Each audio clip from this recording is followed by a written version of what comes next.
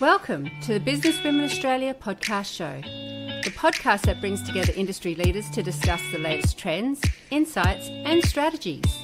So sit back and relax, let's get inspired by the amazing women who are shaping the future of professional women in Australia. Don't forget to like and subscribe. So welcome to the Business Women Australia podcast show. I'm Lynn Hawkins, founding director of Business Women Australia. And I'd just like to thank everyone who might be listening in to the show today. We're streaming live across LinkedIn, Facebook, YouTube, and I'm streaming in from Mandurah. That translates to meeting place of the heart. Isn't that a beautiful word? And I'd just like to pay respects to the traditional owners of this land and pay respects to leaders, past, present, and those emerging. We've got a really great topic today, and I'm delighted to be bringing back on the show the fabulous Marion Burchell, who anyone who mentions Marion is always in the words of, she's awesome, she's amazing. Oh, I think someone said to me the other day, oh, I can see you're connected to Marion Burchell. So I'm always riding on the coattails of amazing women like Marion. And we're going to actually dive into what is really around this sort of key aspects around being ready for the future. Marion's she's had a trailblazing career. She was one of the first she was the first female CIO for the WA government. And she's been doing groundbreaking work in open data, innovation strategy, and ethical tech.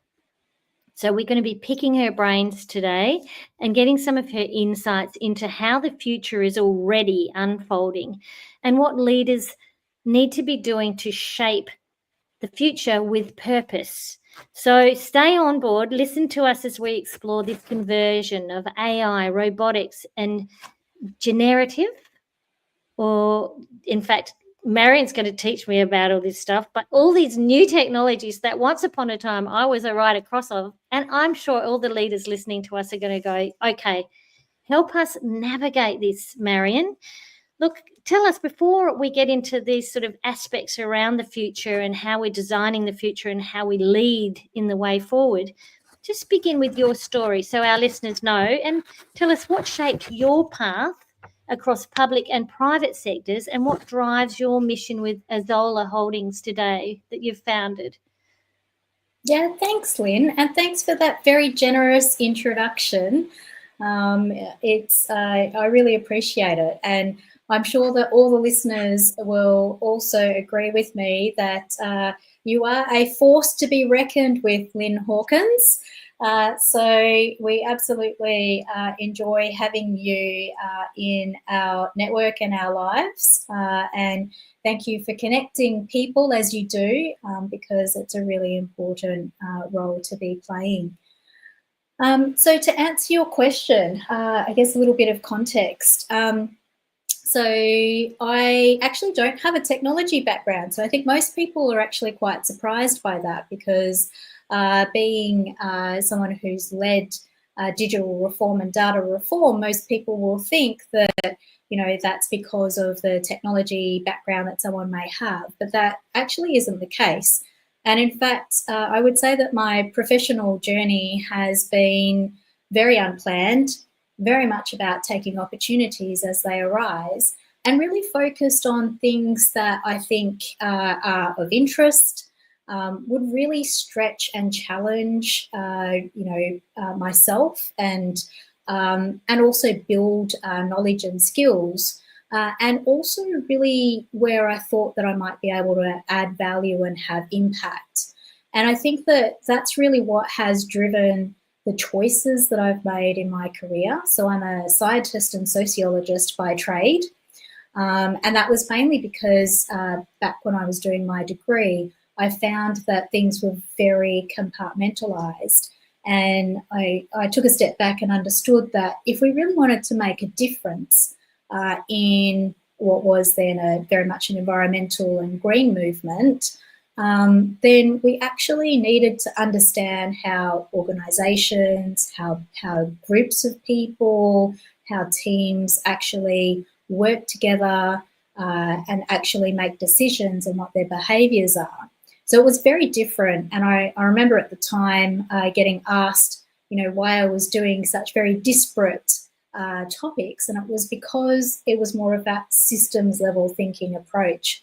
And so with that, I've had a career in policy and strategy development, in intergovernmental relations, then leading data reform, because a lot of times, I could see work being done that was very much from a literature point of view or research point of view, but not necessarily backed up with quantitative and qualitative facts and figures or evidence.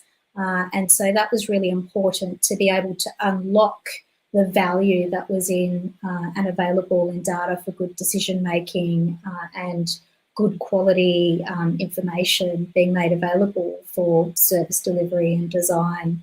And then, of course, as technology became more and more pervasive, there was this view of, we can't just rely on making decisions about the latest technology and embedding that. We actually need to be thinking about, what value can be created here, what are the problems being solved, and what benefits are there to the people that we serve.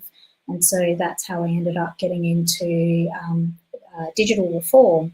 And of course now, I have my own company, and that was really focused on having a bigger impact and generating more value and delivering more tailored services to people that might actually benefit from the values-driven and purpose-driven model that we have. Yeah, I mean, you've been one of the early sort of innovators in the purpose-driven strategic connection. With often seen, coming from corporate and professional services myself, I could see that a lot of micro and small businesses were, harnessing purpose and passion and that.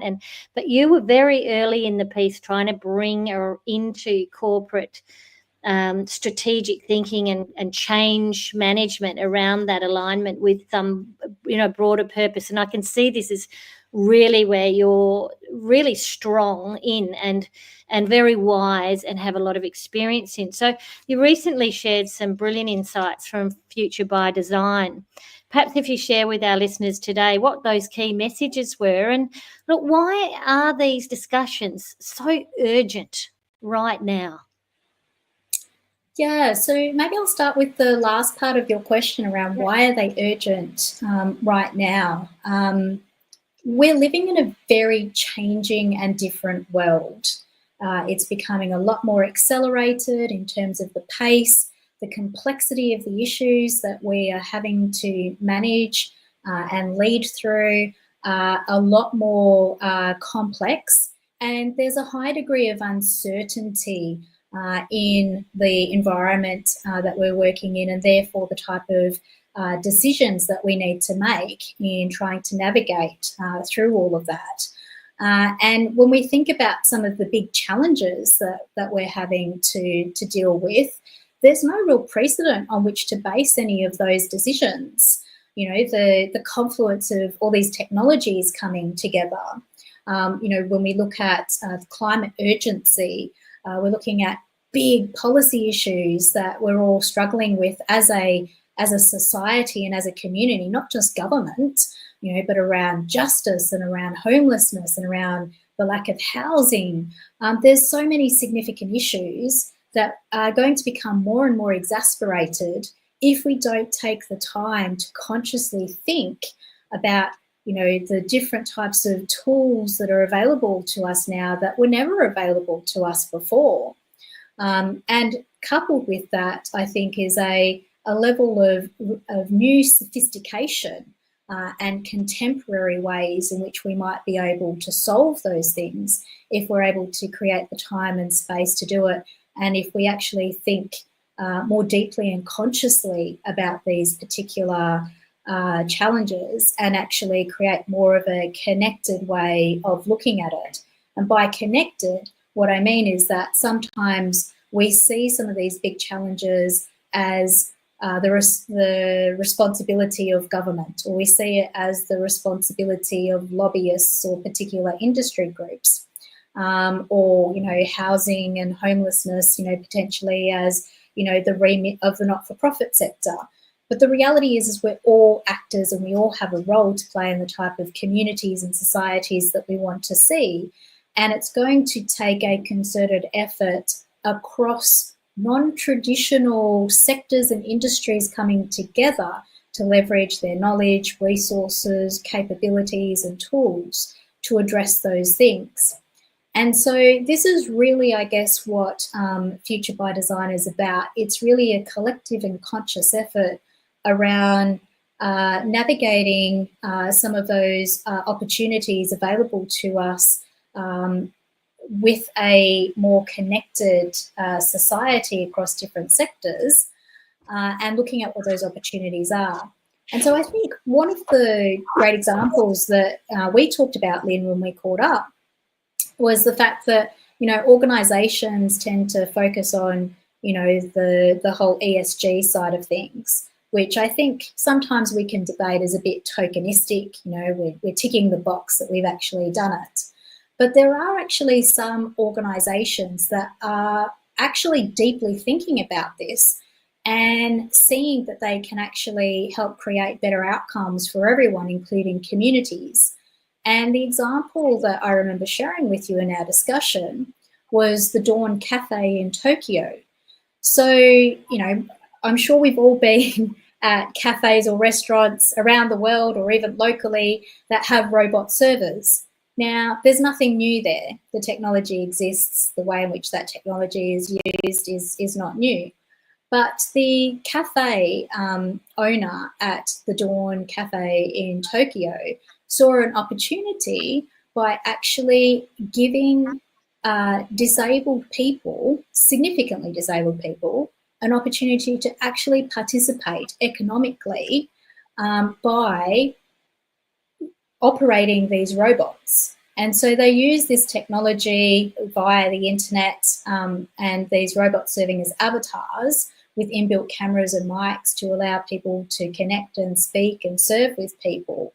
And so it was a great example of actually deeply consciously thinking about how we can use economic opportunity with technology to deliver outcomes to people in society that have predominantly been forgotten about or left behind or viewed as having a very transactional relationship, through an insurance scheme, as an example.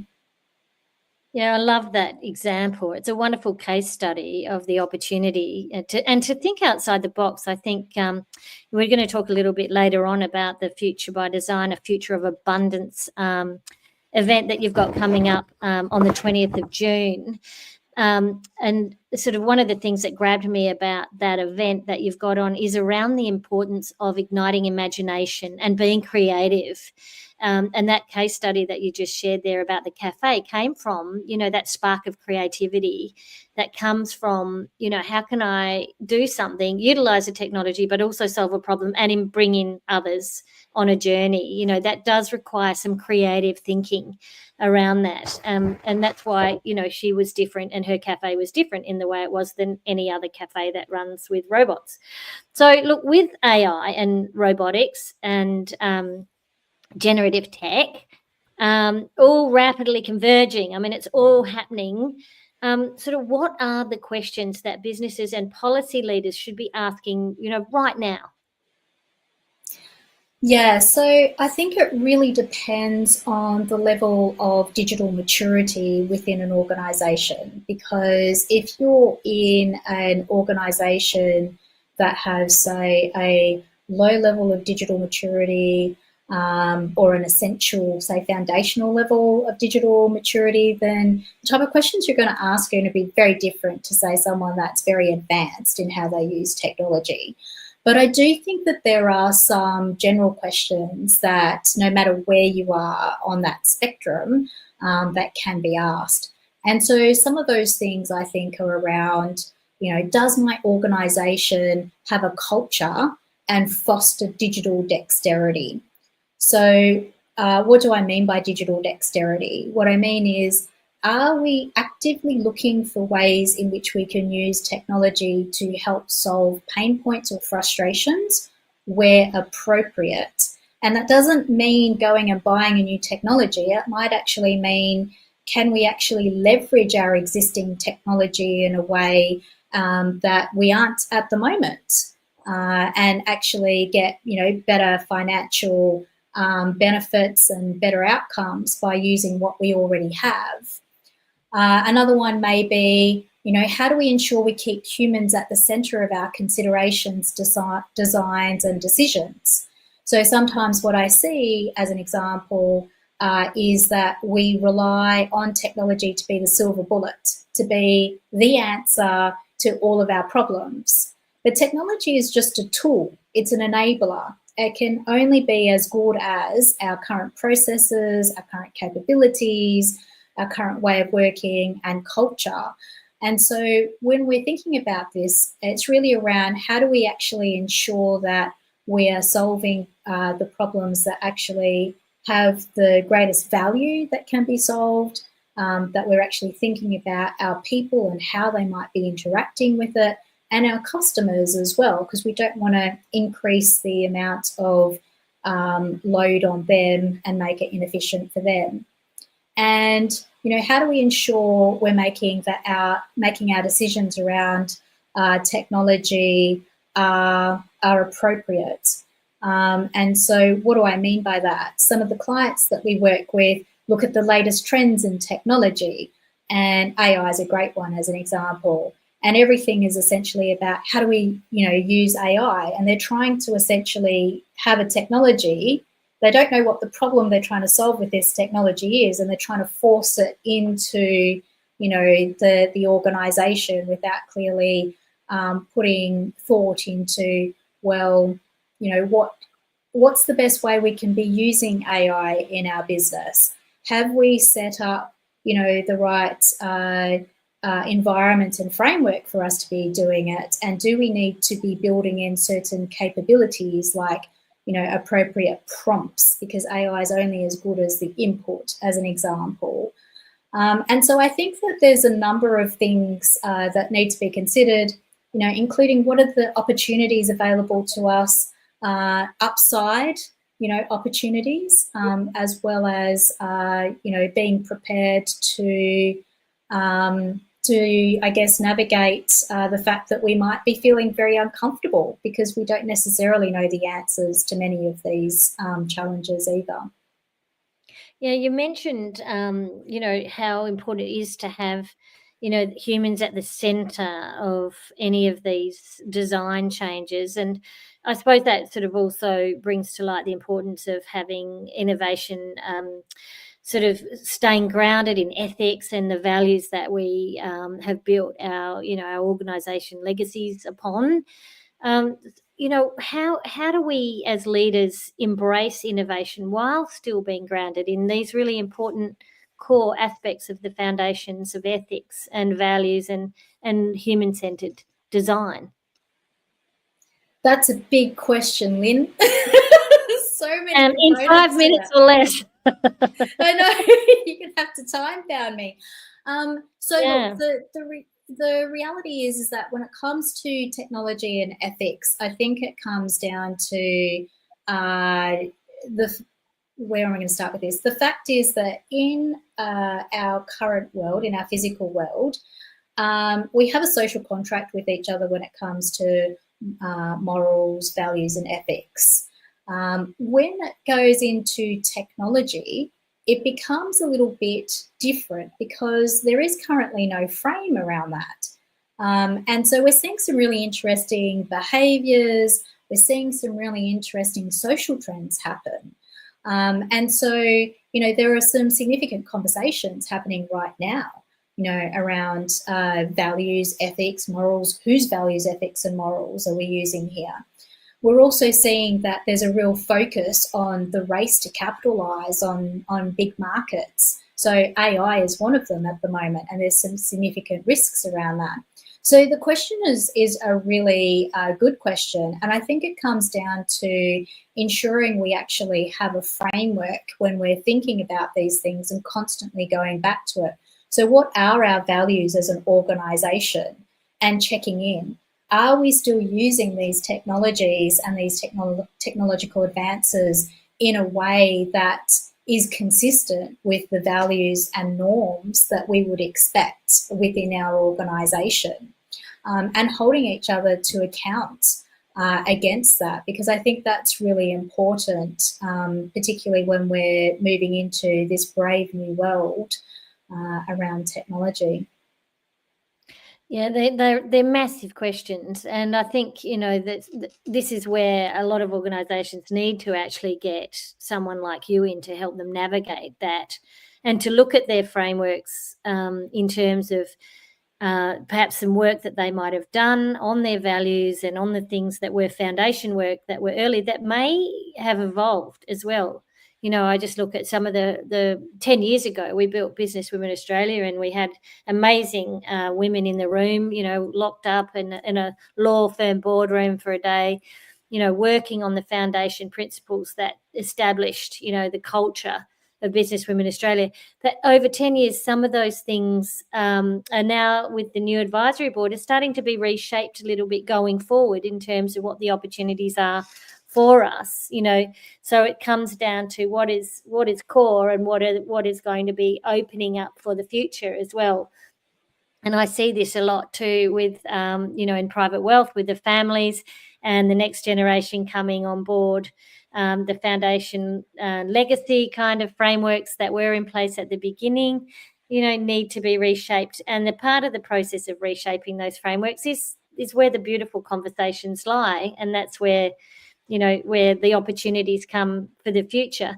But you've played this really major role, in shaping WA's innovation landscape. I mean, we've got listeners here who are all around Australia. Business Women Australia has, 20,000 followers across the whole country and beyond. For those of us who are thinking about how to influence local innovation, in our own communities, in our own organisations, how can those local innovations then influence global transformation? I mean, we are the lucky country. We've got access to so many resources and opportunities. And some of us feel that there is this sort of drive to actually help and be a part of something where it's much more of a global and worldwide movement. What's your advice there, Marion?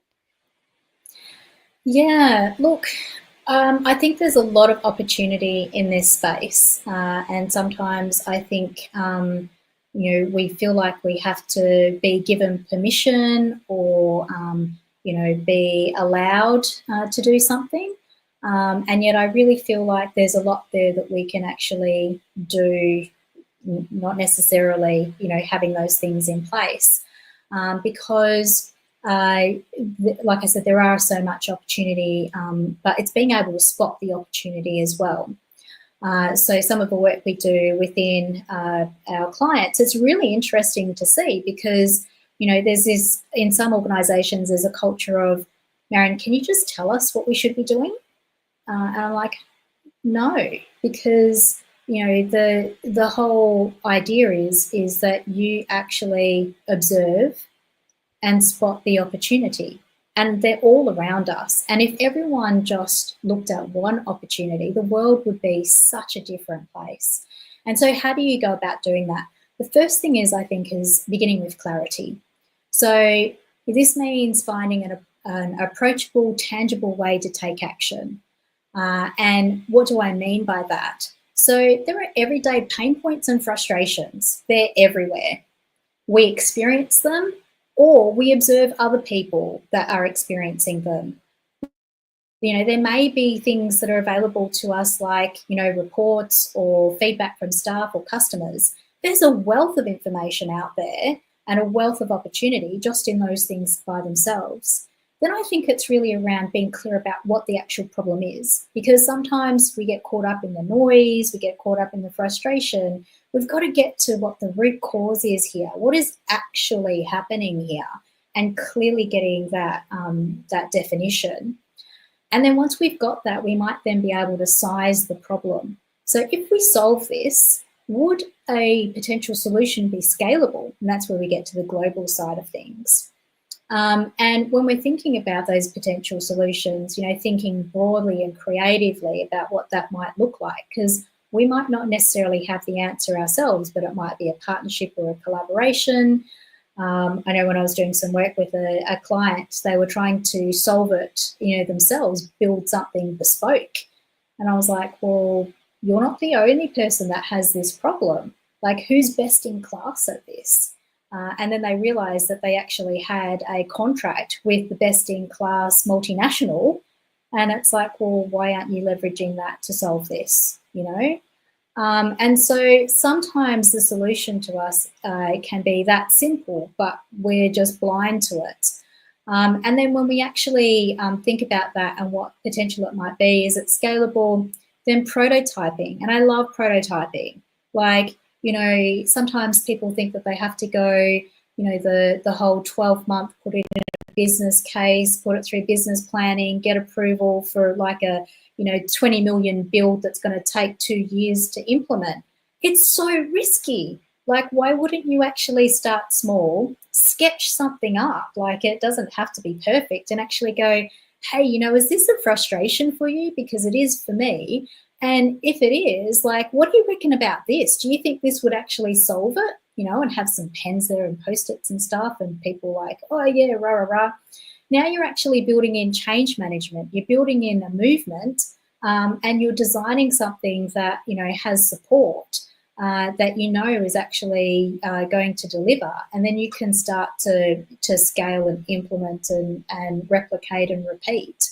And that's, I think, how you get to where you want to go in terms of local into scalable global solutions. Oh my God, that is just like music to my ears, coming from a market research background. And I see so many people go full on into product design and product, getting it out and then trying to market something. They've built the mousetrap. They're trying to sell the mousetrap, and they're wondering why it's just such a hard road, because they've done it on their own quite often, beavering away one or two of them, designing and then producing.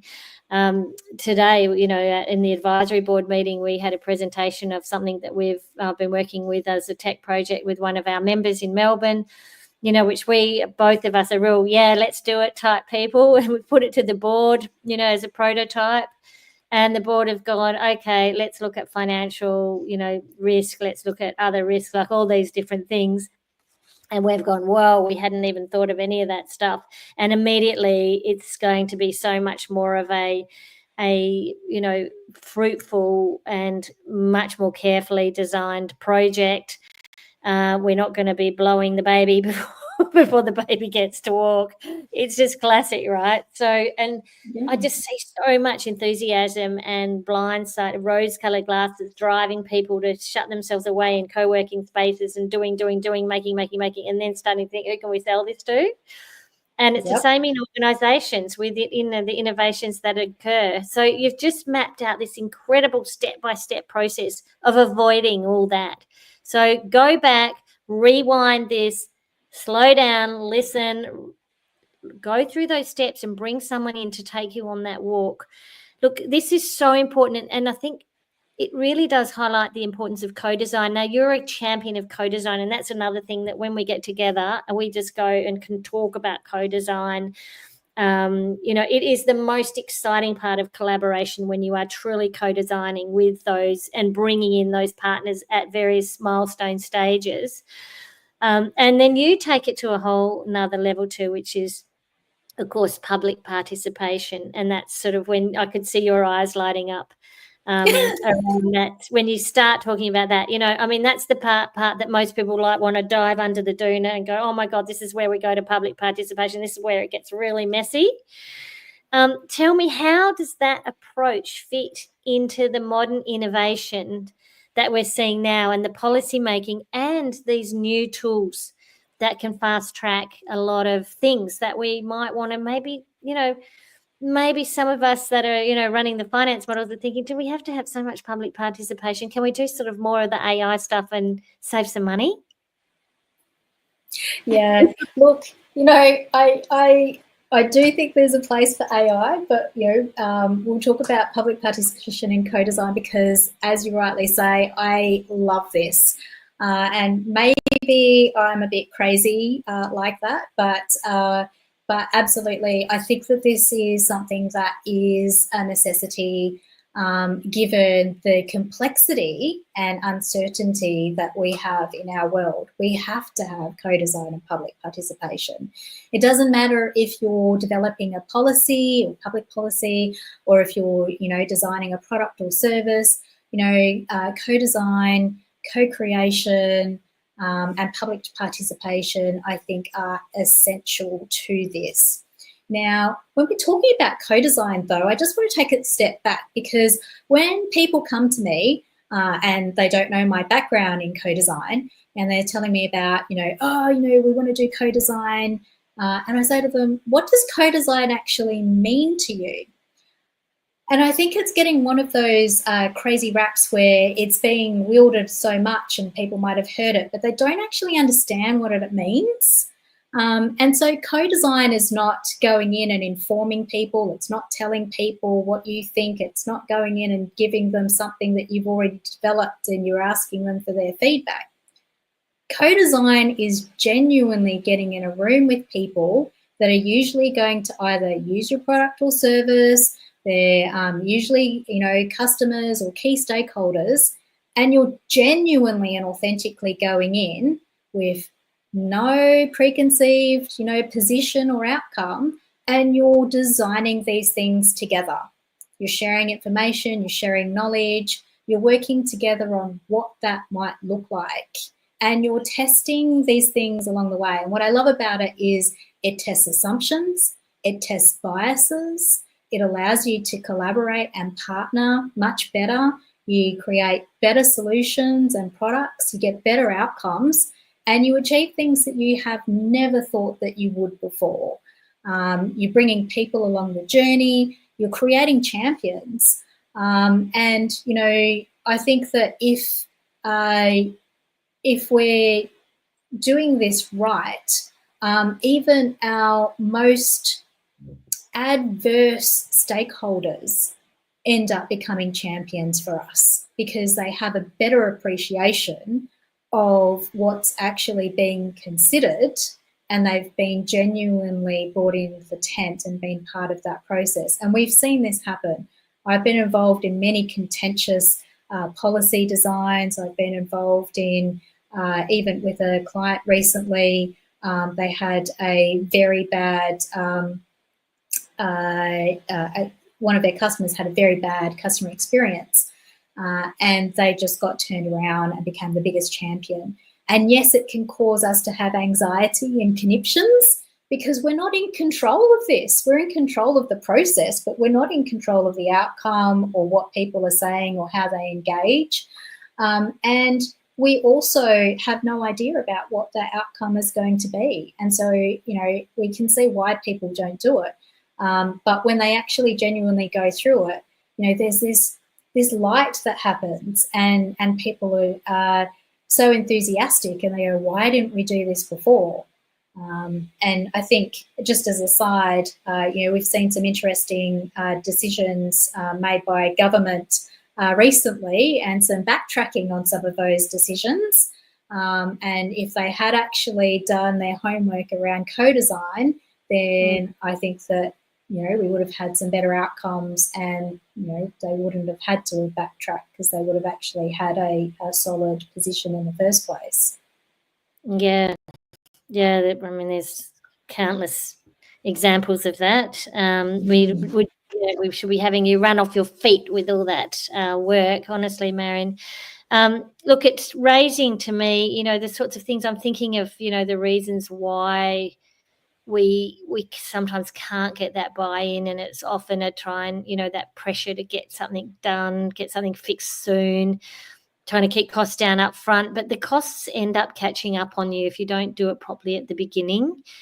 I've seen so many things being pushed too quickly, and it just ends up being either, in a worst case scenario, pulled And that's just a whole complete project that's been pulled, and that whole money is never recouped. And it's made everyone very wary of wanting to go down the very real reasons again to tackle, solving the problem that they were originally trying to solve, because they were trying to fast track it and not co-design. So look, this is a multidisciplinary approach that you bring. It's a really amazing lens that you see, and that's come, as you said, from this career that you've had as a portfolio career across very strategic roles and very strategic oversight into how organisations do manage innovation and do embrace change and bring people along the way. I think we were having a little bit of a chat before we got on about how, how important, having that people aspect to change is, that it isn't a tick check box. It isn't just, doing the things that are getting off your compliance or your governance requirements. Why is that multidisciplinary lens so important when you have a lot of complexities and a lot of different emerging opportunities that are facing organisations in the future? So the world we live in is multidisciplinary. It's not nice, neat little boxes that we can pick up and deal with. It's messy, it's chaotic, it's complex, and I think when we are going through our education system, everything is boxed nicely. We've got particular topics or subject matters, that we actually study. When we go to university, if we're, privileged enough to do so or decide to take that route, then again, we are trained in a particular discipline. And so, we're brought up based on the sum of our experiences, and those experiences may very well be around, our cultural mores. They may very well be around the disciplines that we study and our life experiences, and they create particular frames in which we automatically view the world and the type of challenges that come at us, and then how we might go and solve those particular challenges. And as I said earlier, many of those things are multidisciplinary. And so what we're seeing more and more is the need for adaptive leadership, understanding that these challenges are very multifaceted, that, using a technical frame on an adaptive challenge isn't actually going to reach the outcome that you're looking for. And so you actually do need a multidisciplinary approach. Now, that can either be you being multidisciplinary yourself, and I happen to be multidisciplinary, and that's just because obviously I'm a geek and a nerd, and I like learning new things and pushing the extent of my capabilities. But I also am very clear about what I'm not that good about, and so it's important to have that very real reflection. And then be able to create those relationships and networks with people that are good at those things, so that when we're actually tackling some of these critical challenges, we can do so noting that there are multiple capabilities, knowledge sets, expertise that are required to come together to be able to nut out what those solutions are, and sense and probe and adapt our way through these things, noting that that's what's needed when we're looking at particularly things that we haven't necessarily done before, or that we're trying for the first time, or putting in a different context. We're not necessarily sure this is going to work, but let's actually create an experiment around this and have a hypothesis and test it. And create these feedback loops and go accordingly. And one last point, and then I'll be quiet on this one, is that sometimes you might do a 2-hour course on something and think we're now an expert in this, and then we might try this tool internally, and then it fails. And then we go, well, that didn't work. Where innovation doesn't work, or human-centered design doesn't work, or an agile approach in business doesn't work. The tool itself is not the problem. I think sometimes the way in which we apply the tool, our own capabilities, whether we deeply understand how to do this, is really quite essential.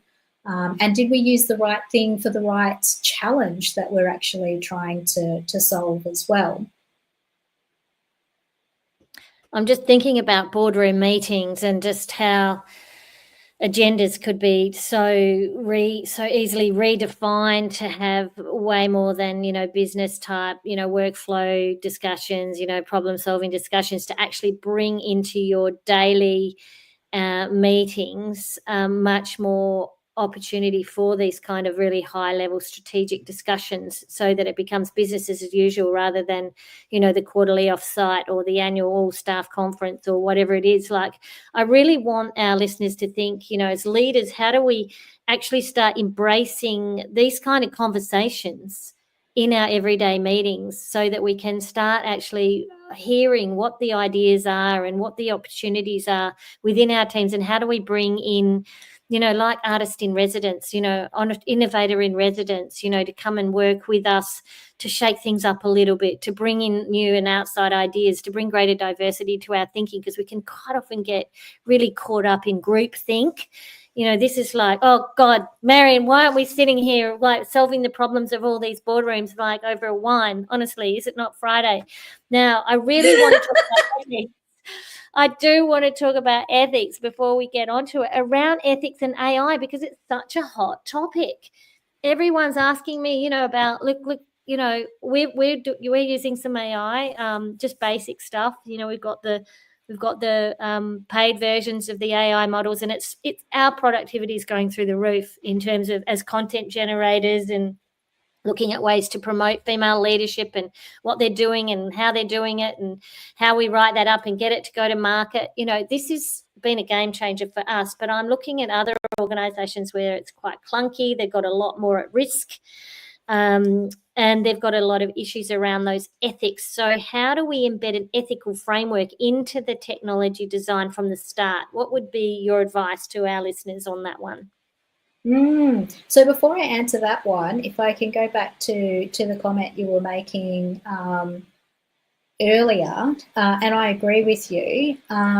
We see that things like innovation, do need to be part of an organisation's DNA. And, we see executives wanting more innovation, but they are unconvinced that, their organisation can deliver that. And part of that is being able to give people the time and space to do it.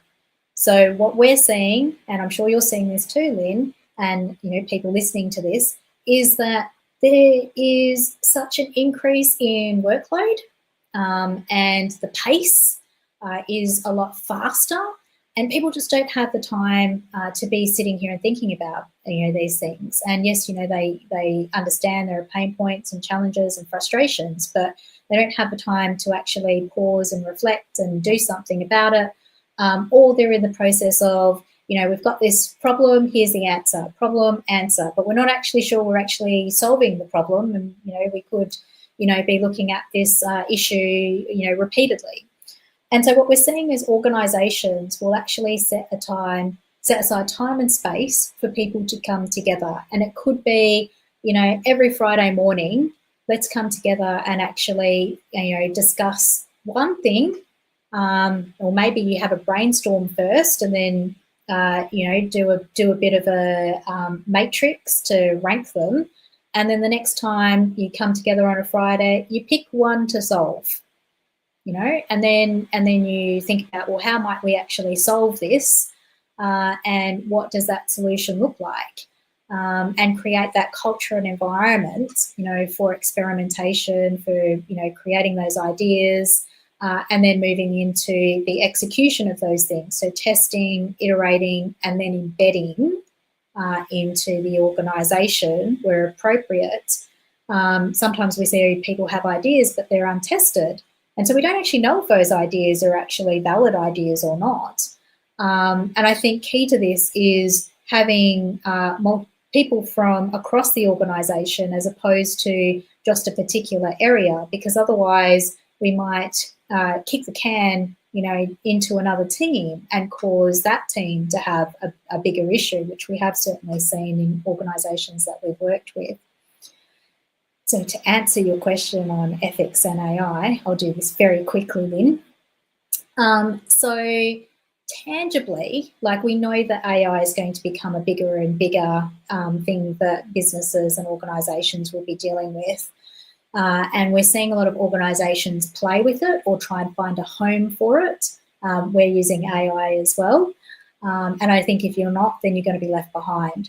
So some of the things that I think start with clear values. We've talked about this. Define your organisation stands, what it stands for, and use these as guardrails for when you're actually looking at AI. I think also involving diverse voices early. So thinking about, different mindsets, people, areas of the organisation, making ethics part of the design process and not an afterthought. So having ethical checkpoints along the way around privacy, fairness, transparency. Are we using, our client data in an appropriate way, as an example? And is it being put on an AI platform that is now being shared potentially, with that particular company? Because sometimes we're not actually looking at the terms and conditions of the AI platforms that we're actually using. And so I think that's really appropriate too. And also I think educating teams. So making sure that, they're aware of what the risks are and how the organisation expects people to use it. And I think there's also a capability element here as well. So, managing the organisation's expectations, but also understanding what can be used on the AI platform and what can't be inputted on the AI platform. So perhaps better data classification around AI use and maybe updating data classification around that. And, any other relevant policies in an organisation. And then obviously communicating that with people and maybe updating any of the training, modules accordingly. And also with capability building, we know prompts is really important too. So, thinking about how our AI is trained so that we don't have inherent biases coming through, and or testing for the biases that might be in the AI platforms as well. And that goes back to that values and ethics component. So does this make sense to us? Yeah, it's an interesting point. I mean, obviously people in culture, HR are trying to keep up with all these policies. They're going to IT and they're saying, can you guys help us with these policies? And IT is saying, no, it's your job to do these policies. We just got to look after the tech. Have you seen those kind of, is it really falling really much into the people and culture space, or do you see it as being also informed by the tech people in terms of how wide-reaching some of these things can be? Because our, HR background, we might not necessarily understand, how deep and what impact a lot of these new technology can be. So it's like going a bit blind. Yeah, absolutely. It's a great point, Lynn. And you're right. I think people think this, it's a technology. So therefore it's the remit of the technology team. The technology team doesn't know about policy development, strategy development, HR policies or anything like that. So this is a really great one to actually bring multidisciplinary teams together and have the conversation, because the HR team are going to know, what the appropriate, policies are. You might have a particular policy and strategy team that, might know, what the ins and outs of, particular corporate policies are. You might want your comms person in there as well to develop a comms plan around this. And you want your technology people there as well, because they might be across, and you might want procurement because they'll also be across, say, the contracts and contractual obligations in there too. So you want, that multidisciplinary team in there. to actually go, okay, what do we mean by AI when it comes to how are we going to use it as an organisation? What guardrails and frames are we going to put in there? And they might be around, AI use, around ethics, but, are there existing policies that we need to update? And if so, what are they? And can we do that, all of those things, consistent with our contractual obligations? And by the way, did anyone read the T's and C's of our contract? Yeah, and this brings to light then the pressure on our lawyers, too. And I talk a lot with our lawyers. We've got a lot of commercial and contract lawyers in Business Women Australia and in my own, consulting world. And it's really quite interesting seeing what they're being expected to advise upon as well. So again, and for those of you who are listening who don't have the opportunity of heads of those departments, it's like, I know there's so many businesses that are enterprise level where you've got someone wearing multiple hats. They're the tech person, they're the practice manager, they're looking after this, they're looking after that, they're looking after everything. That's why it's so important to be a part of a community where we can pick the brains of the best and do then the best we can in our enterprises, no matter how big or small. Before we wind up, I really want you to tell us a little bit about this beautiful opportunity on the 20th of June, a full day, really delving into future by design. And I love the fact that your subtitle is A Future of Abundance, which does give this great idea of that it's not fearful and it's not something that's, all these changes, I think a lot of people are thinking it's going to take away something. And I love the fact that you've actually pushed it out there as a future of abundance. Tell us about this event. Yeah, thanks, Lynn. Look, absolutely. And, I think, fear can definitely be quite powerful, but I do believe that, we're standing at a point of an amazing opportunity here, whereby we're seeing the acceleration of our digital evolution. And it's almost like our version of the industrial revolution. And I think that's why we're really thinking about a future by design. So let's pause and consciously think about the type of world, society, communities we want to build by leveraging these technologies that are converging and putting them in a way, or utilizing them in a way that creates abundance and prosperity for everyone in our community. So going back to the Tokyo Cafe as an example.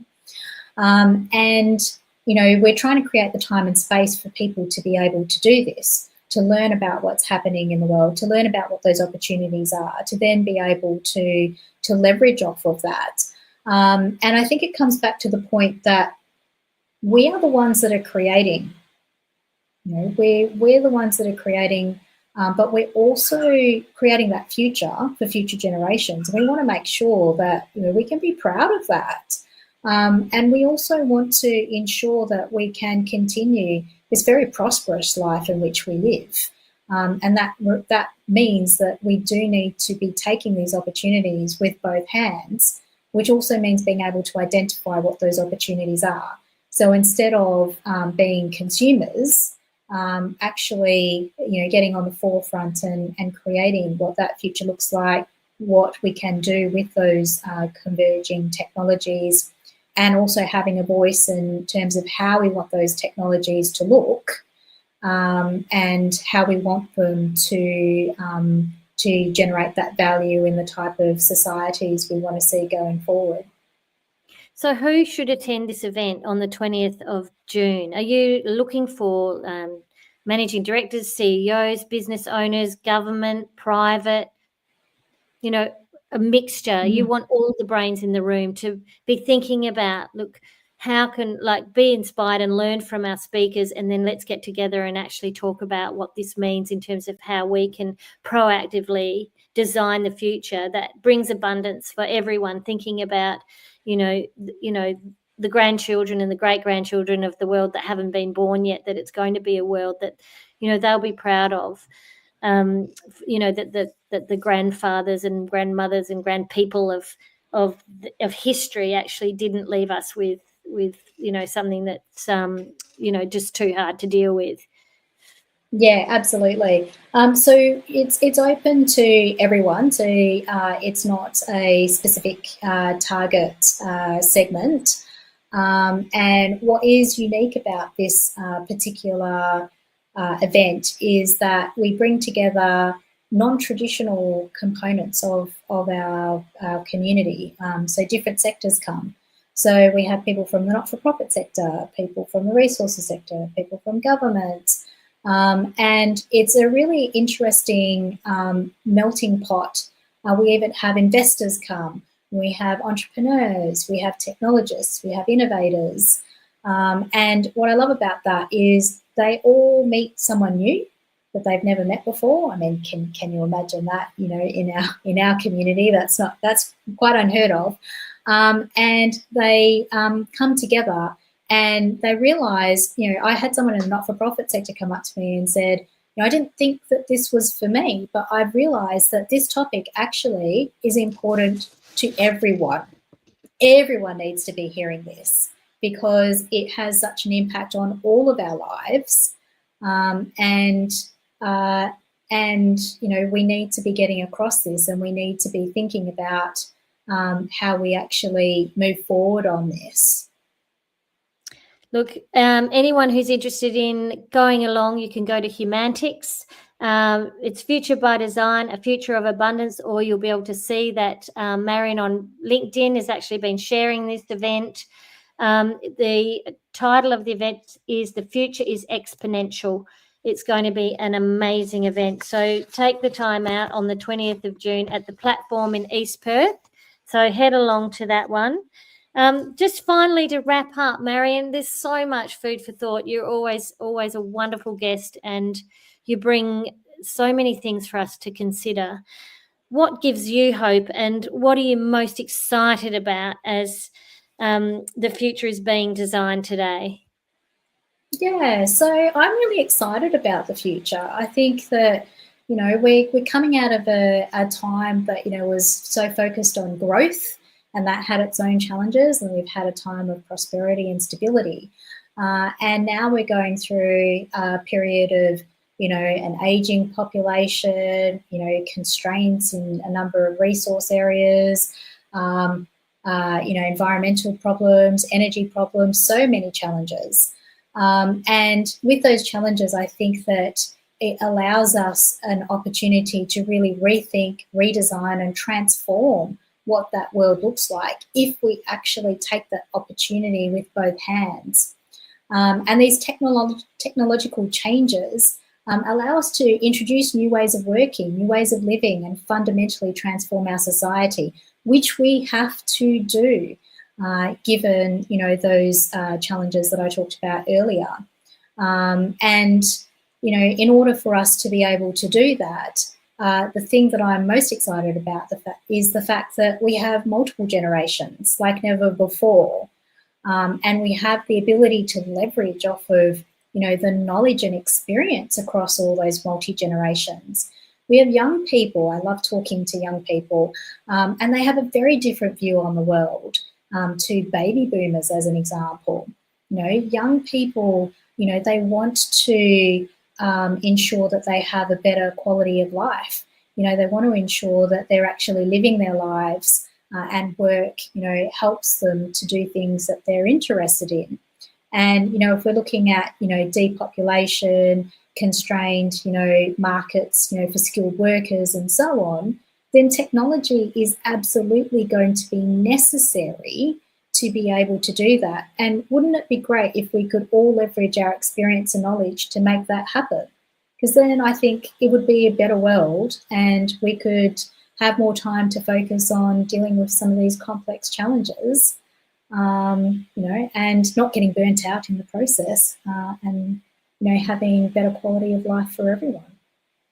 Very wise words, and it gives me hope when I hear you speaking like that, and you've got such a great way for us to actually move forward without feeling overwhelmed, to actually feel that we've got the agency to be able to do it together and solve some of these problems and make the world a better place.